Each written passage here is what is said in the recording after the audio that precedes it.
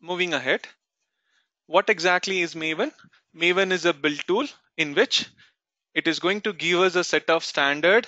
It is going to give us a defined life cycle as well as on the dependency management, right? So let us now try to understand what exactly is the defined life cycle it is going to give and what is the set of standards that we have to follow in Maven. So with the understanding of architecture inside us, now let's moving forward. Now Maven, if you're working on it, it will try to give us a defined life cycle which we have to use for going through the build. Okay, so when you say a defined life cycle, there is an order in which it will always be executing. And the default life cycle of Maven, which we will be going through always, is this, where the very first step of what we will be doing in terms of running a Maven for a project is first thing to generate the sources and resources. As I said, when you execute, what and all it has to perform, it will try to take a list, and for that, what and all it is needed, it will also try to take a list. Okay, so that's the very first thing that it prepares itself. And after that, the very first thing it actually executes is compilation.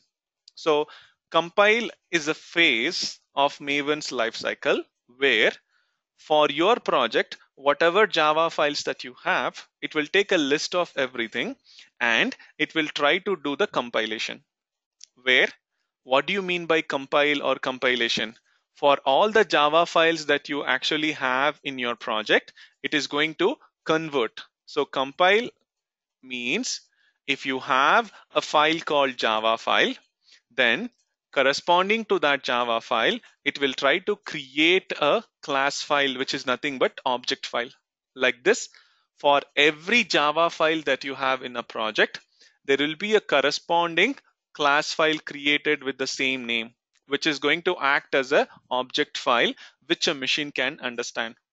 So going back to the basics, compilation means converting a file that is in a raw format, which is in a Java format, into a file which a machine can understand, which is an object file.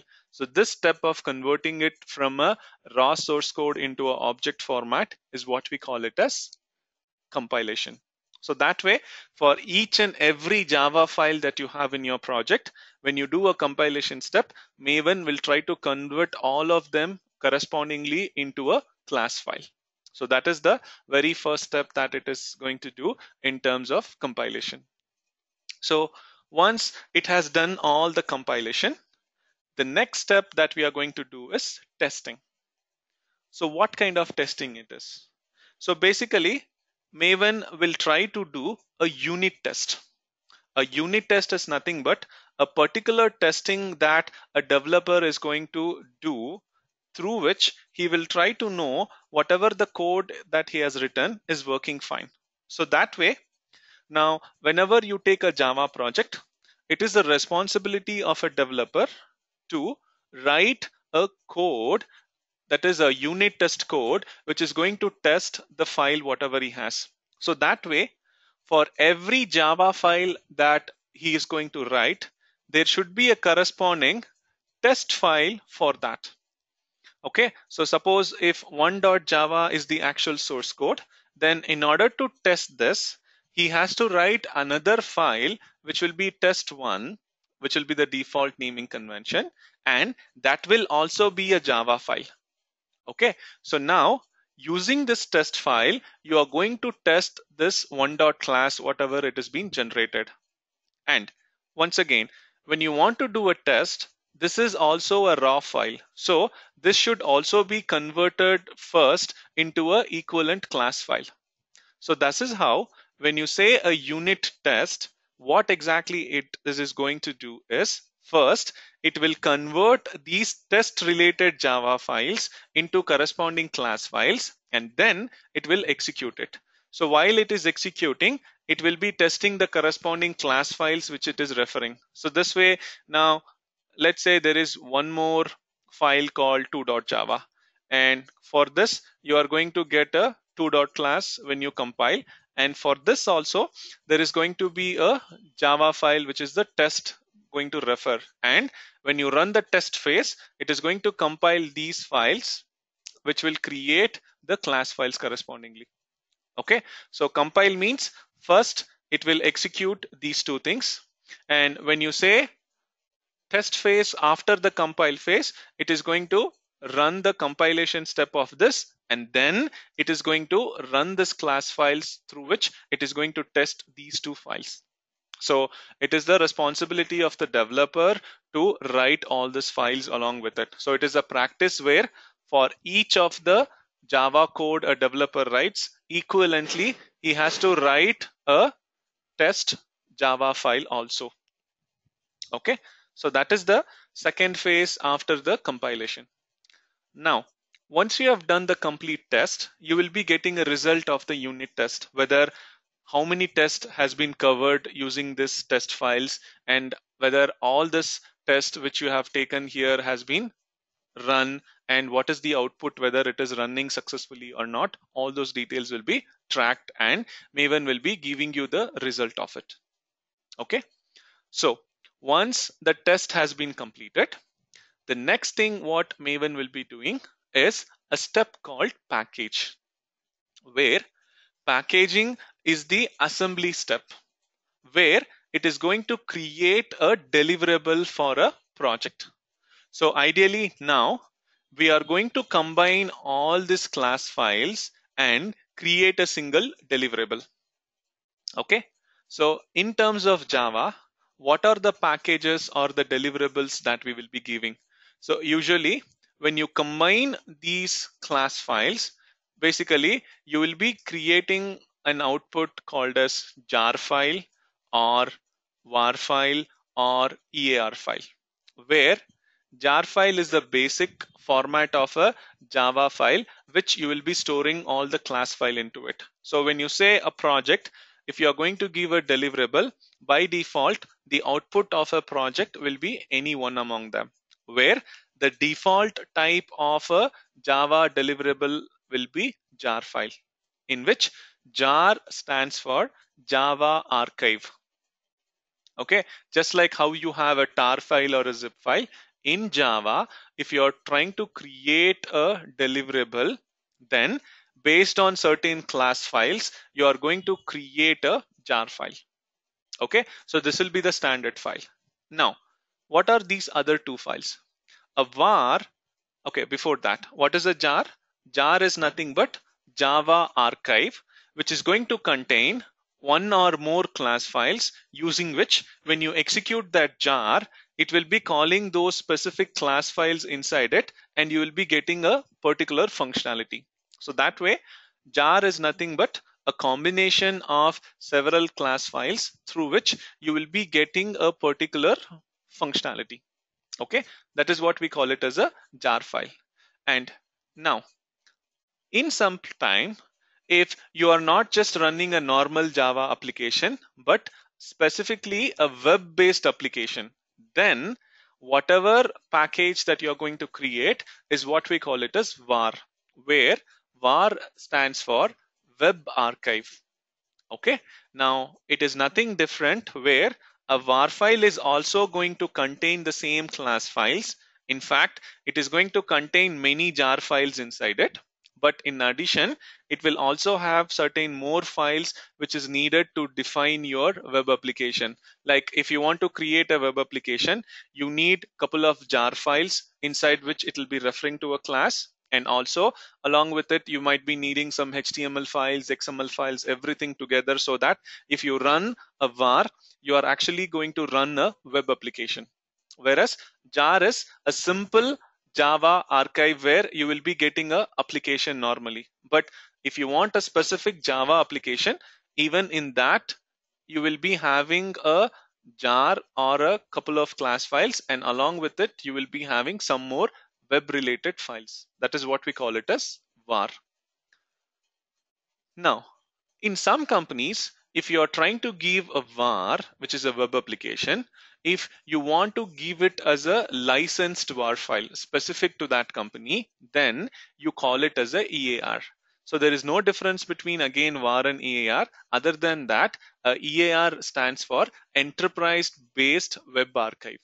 Okay, so a var is a generic file, a web application that you will give, but you want to give it as a specific enterprise based licensed file, then we call it as a EAR, where in addition to whatever contents you are going to have in the var, you will be having some license related files.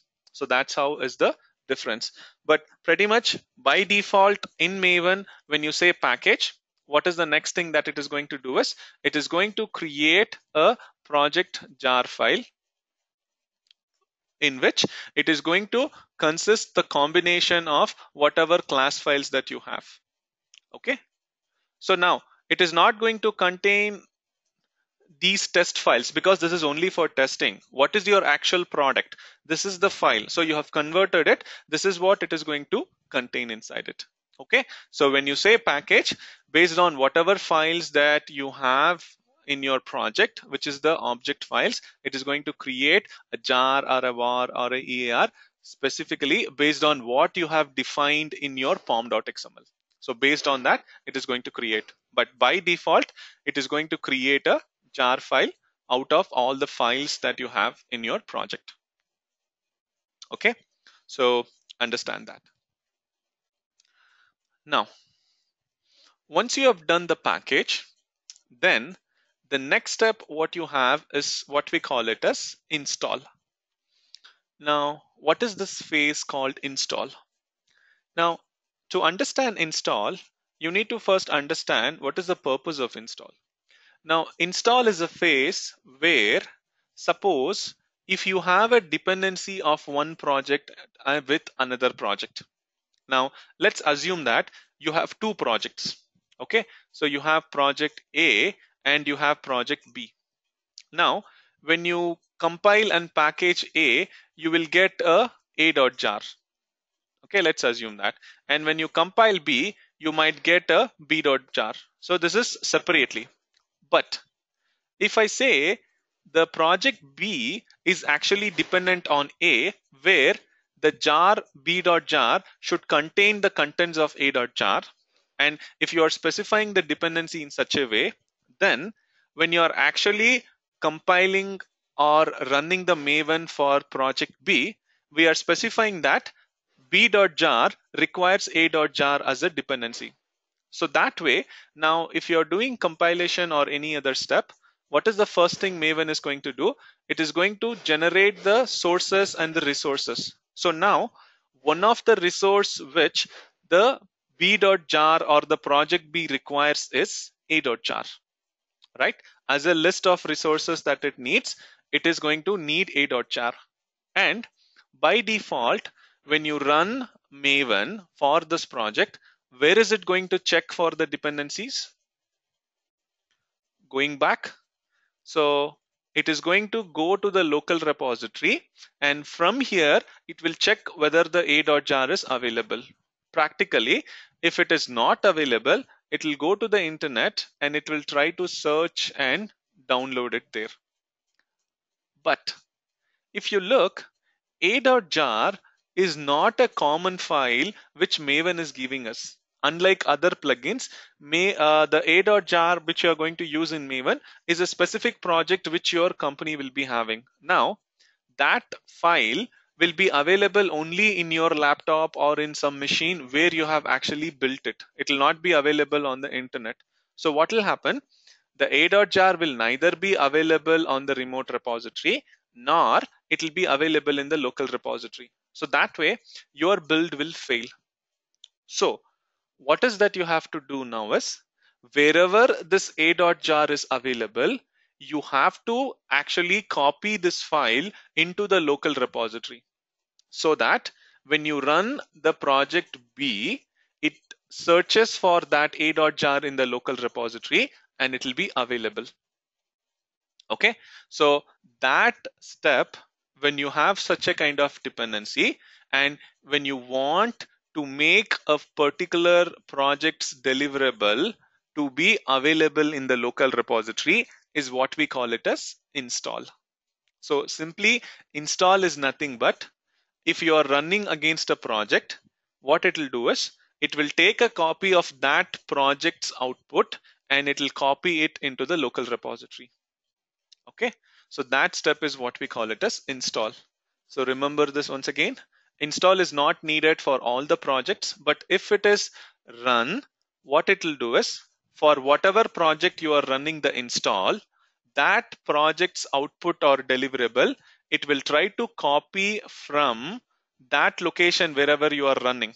So if you are running a project from that directory, it will be creating the specific output or the deliverable in the package step in the same directory. So it will copy from that directory and it will put it inside the local repository wherever is referred in the machine, so that if you run any other project which has the dependency of that particular deliverable, it will be available in the local repository.